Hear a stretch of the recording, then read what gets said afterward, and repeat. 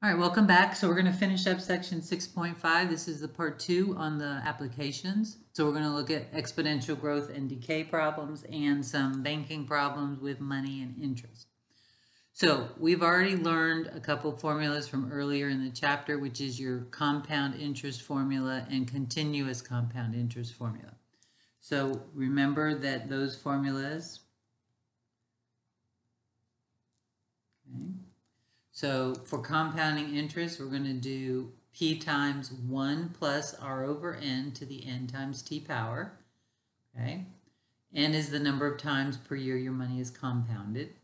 And then you have the continuous compounding formula, which is P e to the RT.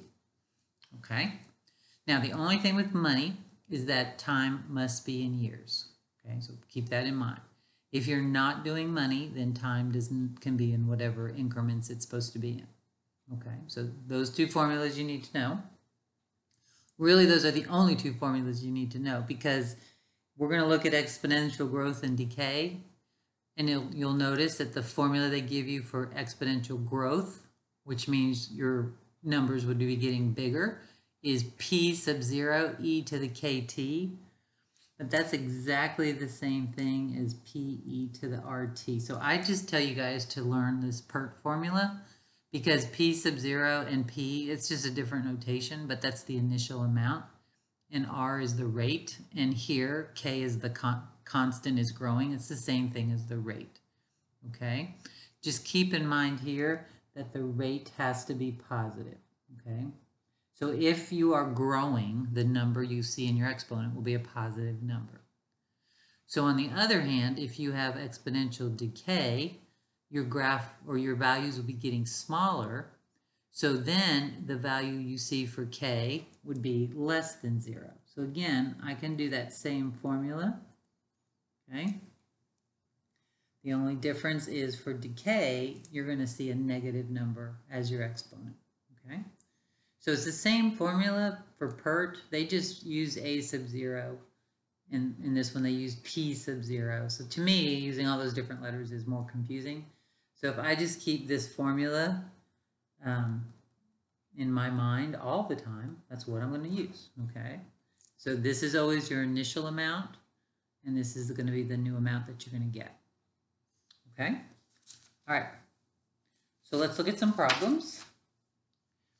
Start with example 15. They give you the formula.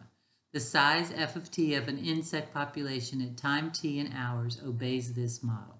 So this is not a money problem. So t, this problem is in hours, which is perfectly fine. 500 is going to be your initial amount. That's p.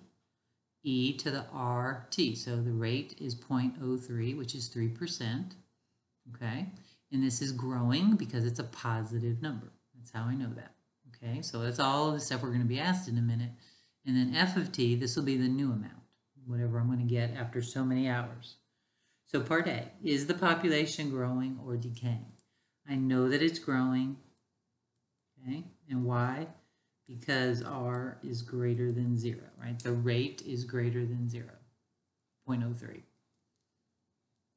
which is 3%. So it's growing at a rate of 3%. What is the initial population? That's what P is. So you always know that if you're given the formula.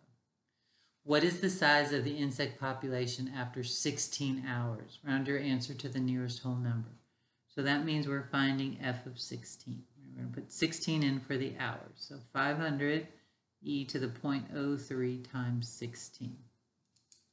We're going to round to the nearest whole number. We don't want part of a bug, right? So we can put that in your calculator just like that. 500 e raised to the 0.03 times 16. Okay, so just exactly like it is. So we got 808 insects. Okay, whole number. All right, when will the insect population reach 800? Okay, so we have f of t. Here's the formula. 500 e to the 0.032. All right, so this question is asking you, when will we have 800 insects? So we're looking for the time, that's when. So 800 is the amount we're trying to get. So we're going to put 800 in there, and we're solving for the time. How long is it going to take for that to happen? All right, well, we already know how to solve exponential functions. We have to have the base, the exponent, and the answer. So this 500 needs to be get out of the way. So we're going to divide 800 by 500, and that's going to give you 8/5, right? So we're going to divide 800 divided by 500. You want to write the decimal, that's fine as well. So 1.6 would work here as well. Okay. All right, so now you have the base, you have the exponent, and you have the answer. So we can write this as a log. So the natural log, because it's log base e, so the natural log of 1.6 equals the exponent. Okay, so we're going to take 0.03 and divide it over to this side. That'll give you your time. All right, so let's get the estimate, how many hours. So we're going to do the natural log of 1.6 and divide it by 0.03. 15.67, it said round your answer to the nearest hundredth, so 15.67 hours. Okay. All right. How many years does it take for an investment to double? So now we're talking about money, and it says compounded annually, okay? So that means we've got to use that first formula. It looks like that. Okay. All right. Annually means n is 1, once a year. Okay, so we're going to use 1 for n. If it said monthly, then we would use 12 for n, right? Okay, so how many years does it take for an investment to double in value if it's invested at an annual interest rate of 7.3% compounded annually? So it's not giving you money, but it's telling you your money could double. So you can pick any amount you want for principal. You could start with $1 and it could double to $2. Start with $500, then this would be $1,000. So if you're not given any money amounts, but you're given the fact that it doubles, you can pick your amount. So I'm just going to say $1, $2. Okay, that's the easiest thing I could do. 1 plus the rate, which is 0.073, right? 7.3% as a decimal. N is 1, and 1 times, okay, t. Looking for how many years, that's the time. All right, so let's simplify this side. So I don't need the 1 there. And then 1 plus 0.07 divided by 1 is just 1.073. And then 1 times t is t. All right, so I'm ready to go because I have the base, the exponent, and the answer. So if we write this as the log of the base of the answer equals the exponent. So there, I'm pretty much done right there. I just got to put that in my calculator. And we're going to round to the nearest tenth on this one. So read your questions carefully on what you want to round to. So I'm going to do alpha F2. The base is 1.073. I'm taking the log of 2. Okay. All right, so 9.8. And these were in years. That's how long it would take for $1 to become $2, or any money would double. Time's not going to change, okay? All right, number 17. The mass of a radioactive substance follows a continuous exponential decay. So anything that's not money, we're going to use PERT, okay? And it decreases at 6.2% per day. Find the half-life. All right, that's another thing, half-life. They're not going to give you amounts. Half-life means I'm going to go from 1 to 1/2, or I'm going to go from 10 to 5. This number is going to get smaller because we are decaying, right? So whatever you start with for P, make a half of it.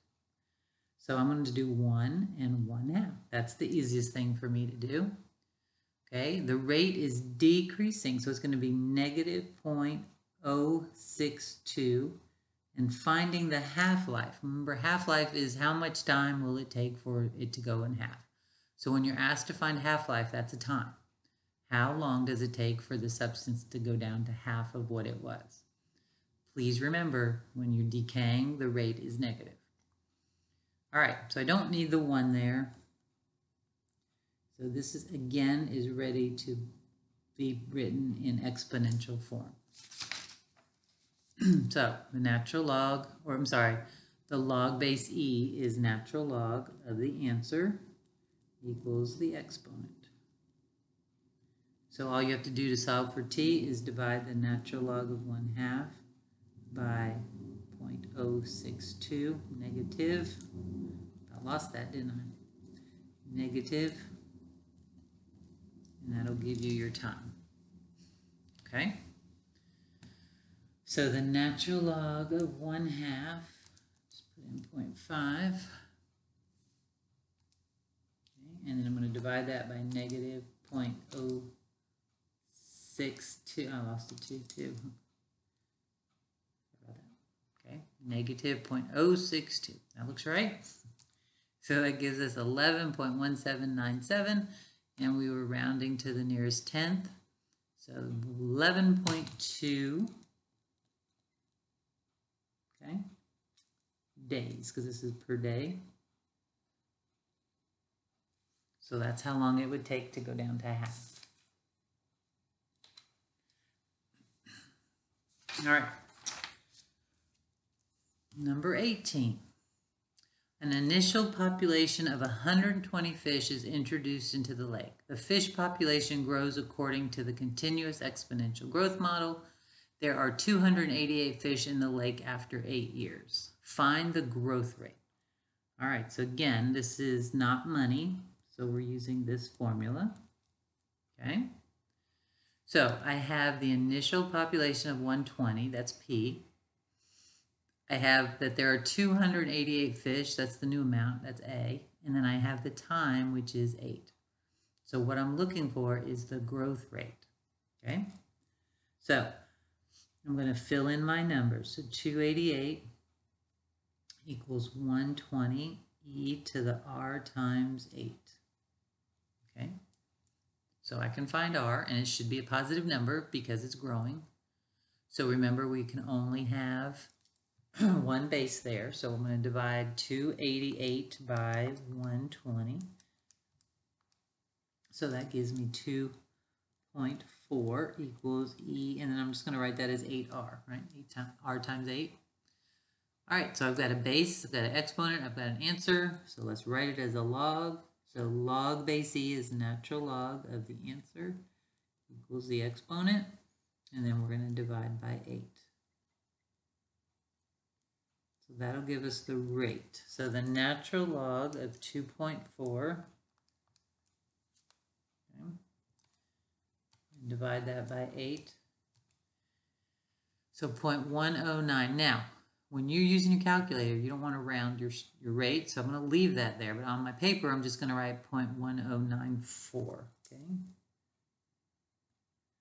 But I don't want to put this in my calculator because this is going to round my answer. So I'm going to use the whole thing in my calculator to do what's coming up next.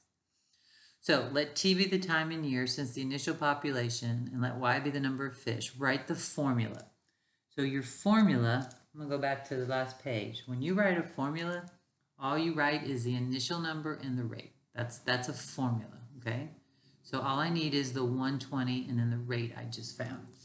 So my formula would be y equals 120 e to the 0.1094t.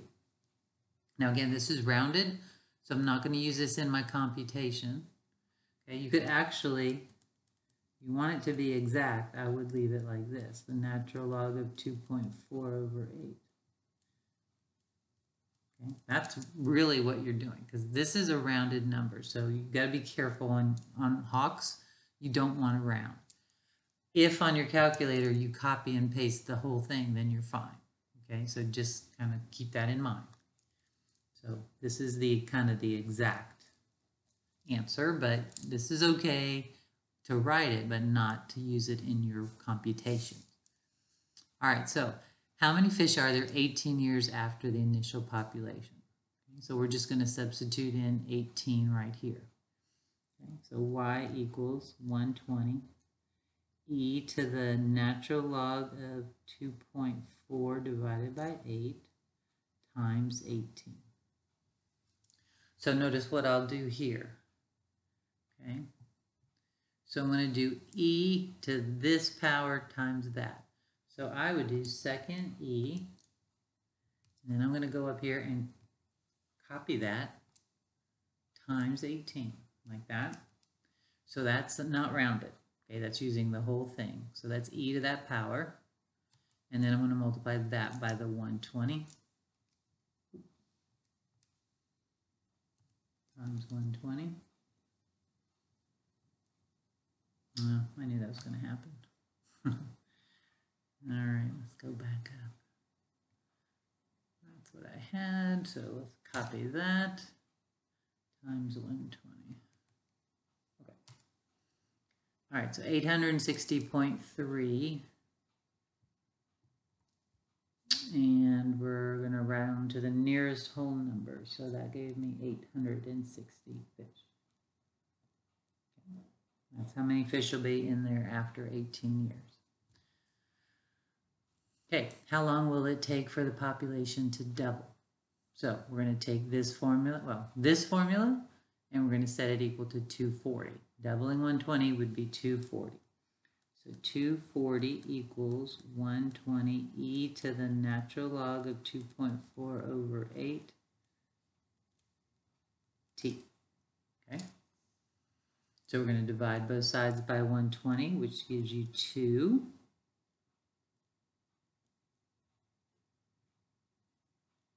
And now you're ready to write this as a log. Again, this is that decimal number, but we're not going to round it. So the natural log of 2 equals the exponent. So we're going to take the natural log of 2 and divide it by that decimal number. Okay? All right, so since I don't have that on my screen anymore, I'm just going to do the natural log of 2.4 divided by 8. I'm going to get that number back so I have it ready. There it is. So now I'm going to do the natural log of 2 divided by that, right? Natural log of 2 divided by the natural log of 2.4 divided by 8. That's going to give you the time. So we're going to do the natural log of 2 divided by, I'm going to go up and copy that. So 6.33 is the time it will take. Nearest tenth. So 6.3 is.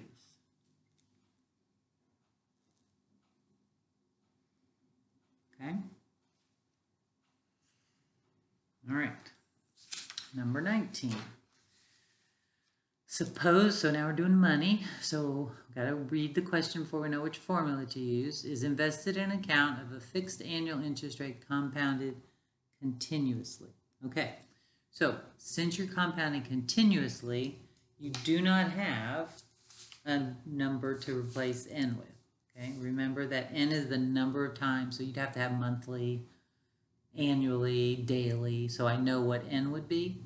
When your money is compounded continuously, you have to use per, because there's no n in continuous. So that's how I know which formula to use. All right, so we're investing $1,000 into an account, fixed annual interest rate, and after 5 years, we have $1,206. That's the new amount, $1,206. And I have that after 5 years, which is the time. I am finding the rate. What is the rate? Okay, rounding to the nearest hundred. So the first thing we're going to do is divide 1206 by 1,000. So that gives you 1.206 equals e to the 5r. Write this as a log. So the natural log of the answer equals the exponent. And divide by 5. That's going to give you the rate. So the natural log, 1.206. We're going to divide that by 5. Okay. So 0.036 0.75, I'm going to round that to, because it said 100th, and that's as a percent. So that would be 3.75%. Okay, so there is your interest rate. All right, so that ends part 2. So now you can go back and work on these word problems if you haven't already. Please let me know if you have any questions.